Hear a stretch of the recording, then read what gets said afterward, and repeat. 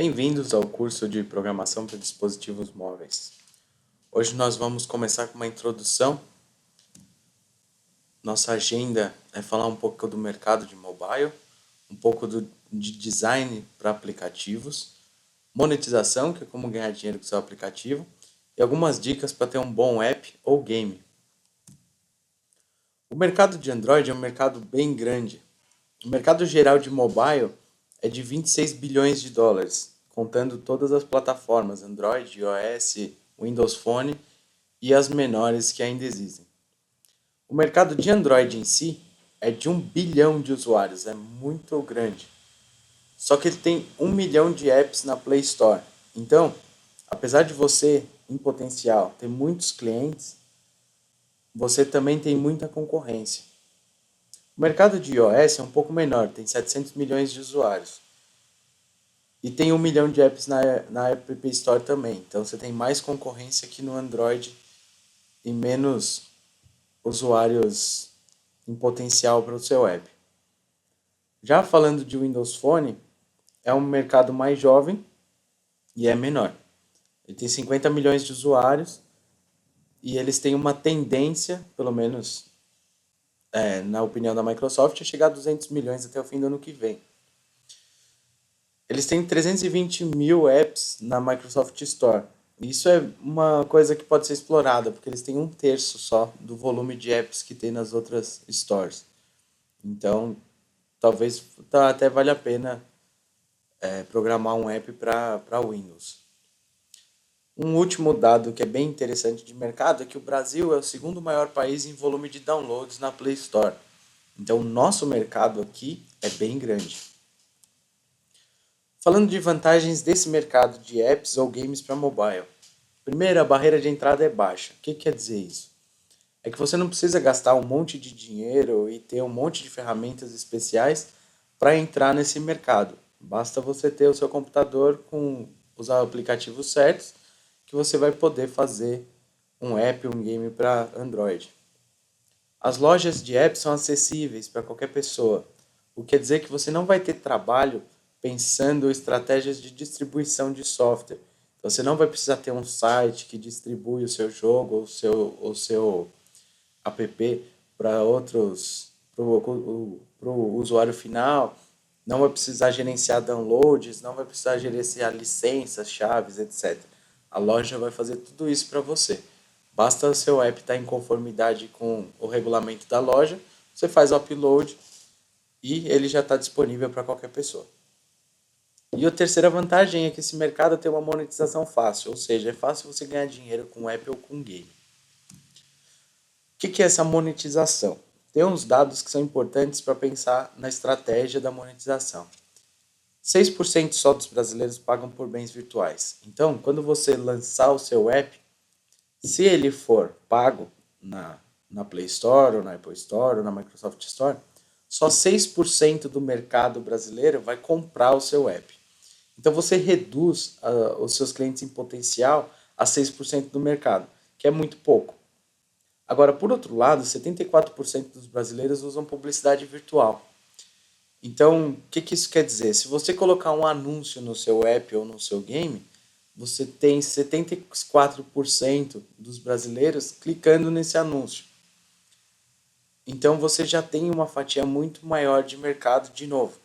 Então, qual que é a melhor estratégia? Você não cobrar pelo seu app, mas colocar algum tipo de publicidade dentro que gere dinheiro. Essa geração de dinheiro ela é totalmente terceirizada, então você não vai sair atrás de anunciante para anunciar no seu app como funciona nas mídias tradicionais. Essa monetização vai ser feita por uma empresa especializada nisso, que tem os próprios anunciantes e que vai gerar o anúncio para você. Uma última forma de monetização que é muito comum e muito funcional em jogos é o in-app purchase, que quer dizer compras dentro do aplicativo. Então, se você já jogou um jogo que tinha algum item que você podia comprar com dinheiro real, isso é in-app purchase. Isso funciona muito bem. Na parte de anúncios, a gente tem vários players que fazem esse gerenciamento dos anunciantes para você e criam um anúncio para o seu app terceirizado, né?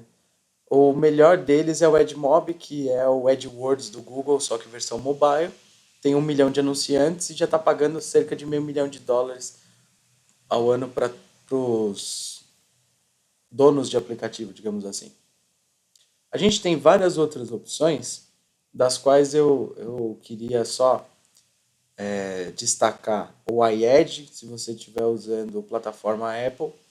Então a Apple tem a sua gerenciadora de anúncios, que chama iAd, então é uma boa dar uma olhada nela.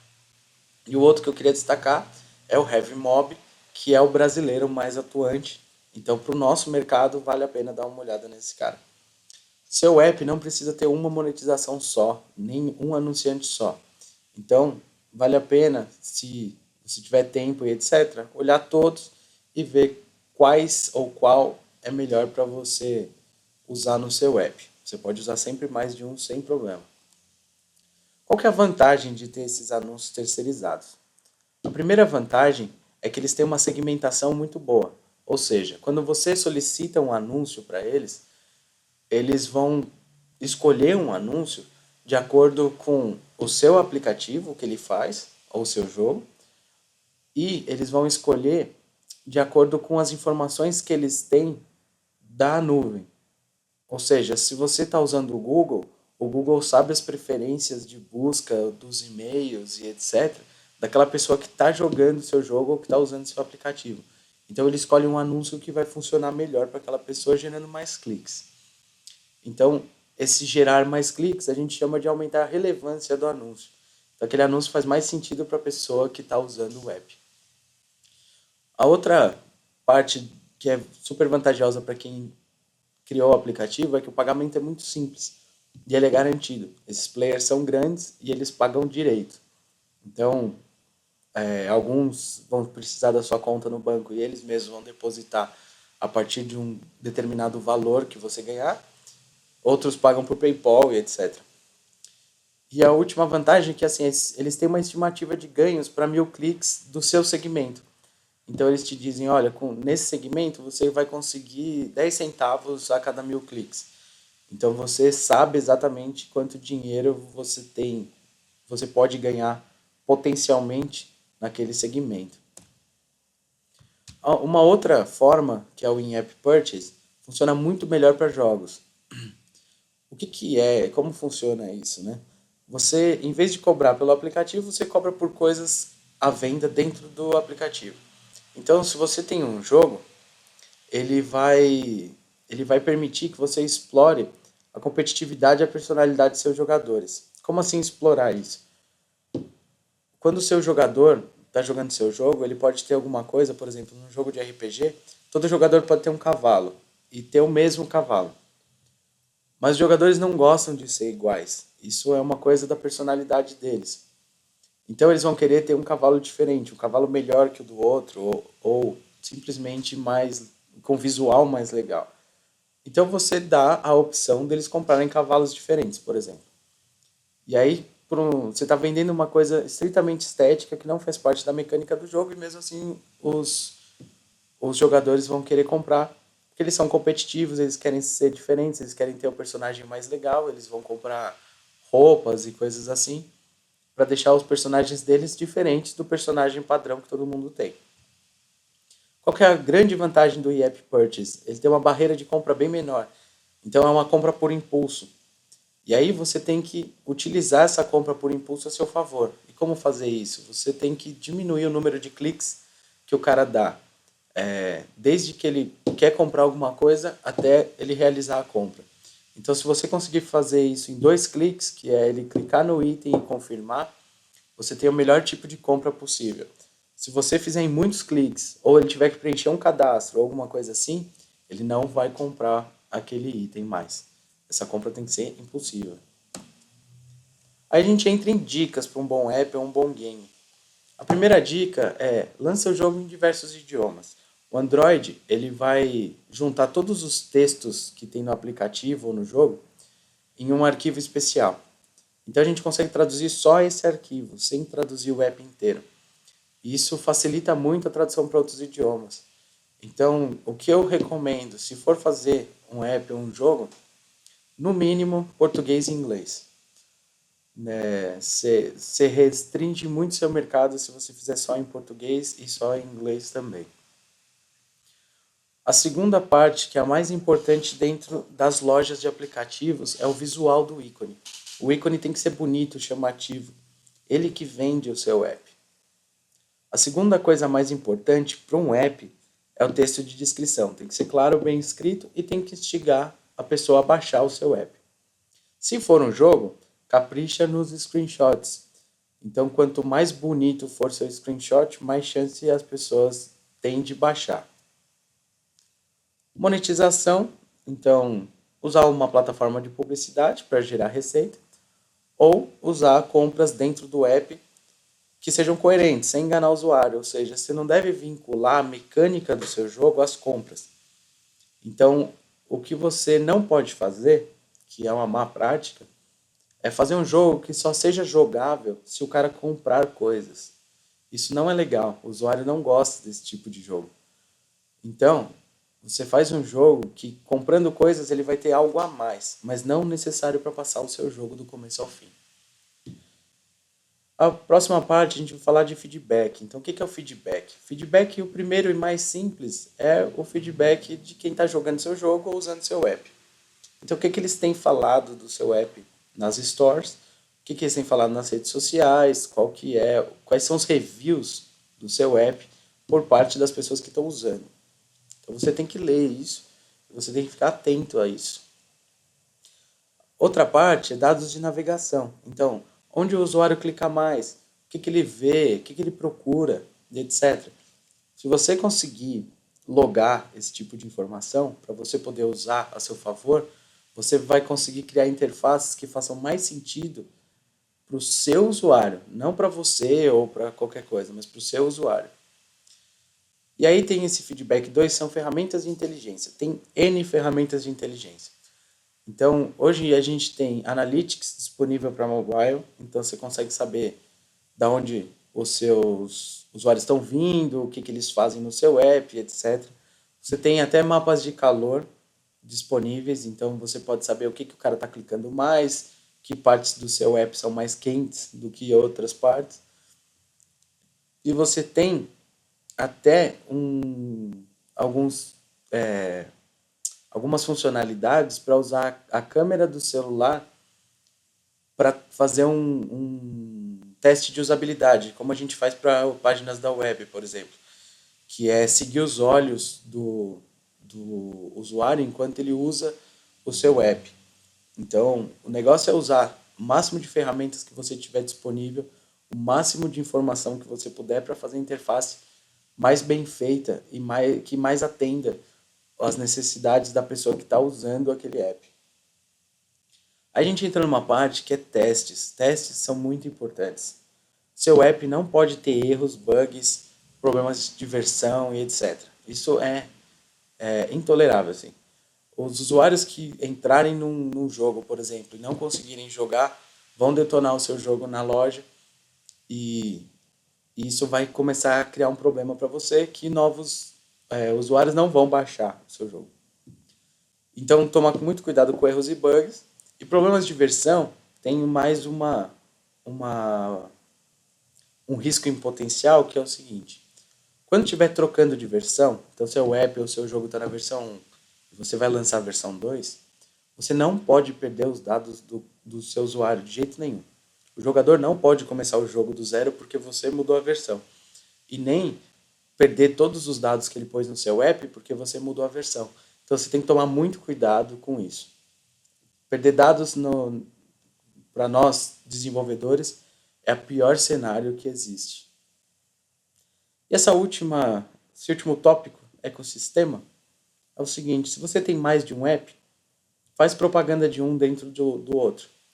E mantém um visual constante, uma identidade visual constante entre todos os seus apps. Assim as pessoas vão saber que foi você que fez todos eles. Isso é muito comum no Angry Birds, por exemplo. O Angry Birds tem várias temáticas, mas a identidade visual dele é sempre a mesma. Você nunca acha que aquele Angry Birds não é o Angry Birds certo, ou coisa assim.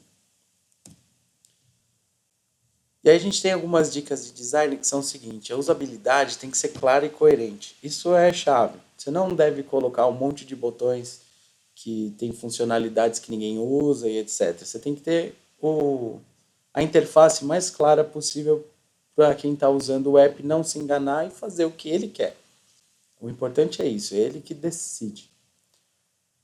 O segundo tópico, o visual bonito e instigante, principalmente para jogos. O visual vende o app, vende o jogo. O jogo, o visual é mais importante do que no app. Mas se você tiver um app ou um jogo mais bonito, você tem maior chance de que as pessoas se sintam bem usando ele.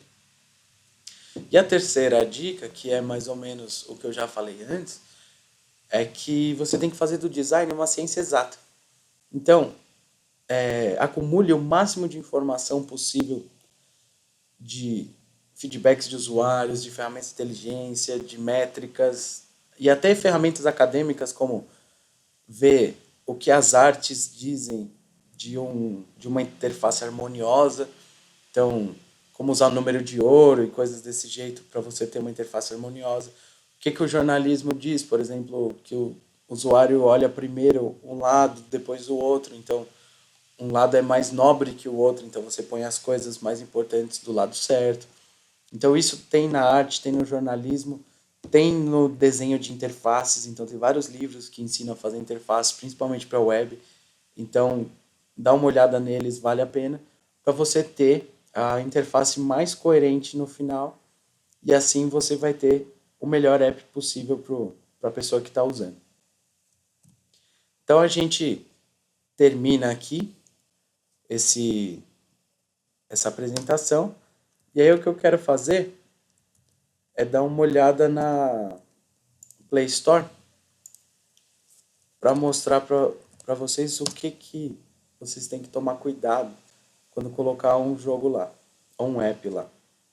Quando a gente abre o Google Play, ele mostra já imediatamente ícones. Então veja só, o ícone do seu aplicativo é a primeira coisa que o seu futuro cliente vai ver. Então ele tem que ser muito bacana, tem que ser muito bem feito. Outra coisa que eu recomendo para essa tela é o seguinte: faça um nome de jogo ou de aplicativo que caiba inteiro, sem cortes, nesse quadrado. Então você pode contar aqui quantas letras tem num já existente e tentar encaixar um nome bom dentro desse limite. Outra coisa é seu nome de desenvolvedor. Ele também tem que ser um nome que caiba ali sem ser cortado. Isso já te ajuda a criar uma identidade visual coerente. Entrando em qualquer um app ou jogo, você vê duas coisas aqui. Uma são screenshots ou videoshots do seu app, do seu jogo. Para um app, os screenshots não são tão excitantes, porque é só telinhas com campos e etc. Mas para um jogo é o que mais vende. Porque aqui o cara vai ver se o estilo desse jogo é o estilo que ele gosta. E a outra parte que é a mais importante para os apps e a segunda mais importante para os jogos é a descrição. A descrição tem que ser muito bem escrita, português claro, bem escrito e bem feito. Tem que tomar bastante cuidado para ter uma descrição bem coerente com o seu aplicativo ou com o seu jogo. E aí aqui a gente pode ver nesse jogo em particular como é importante a coisa dos testes. Você vê aqui que tem um review dizendo o jogo fica com bug, fica fechando sozinho, precisa corrigir bugs. O jogo é bom, mas tem bugs. Então esse é o tipo de coisa que você deve evitar fazendo bastante teste. Então, pessoal, para essa primeira aula é isso. A próxima aula a gente vai falar um pouco de como preparar o seu ambiente Android para programar apps, né? E baixar tudo o que é necessário. E aí a gente começa a parte prática na terceira aula.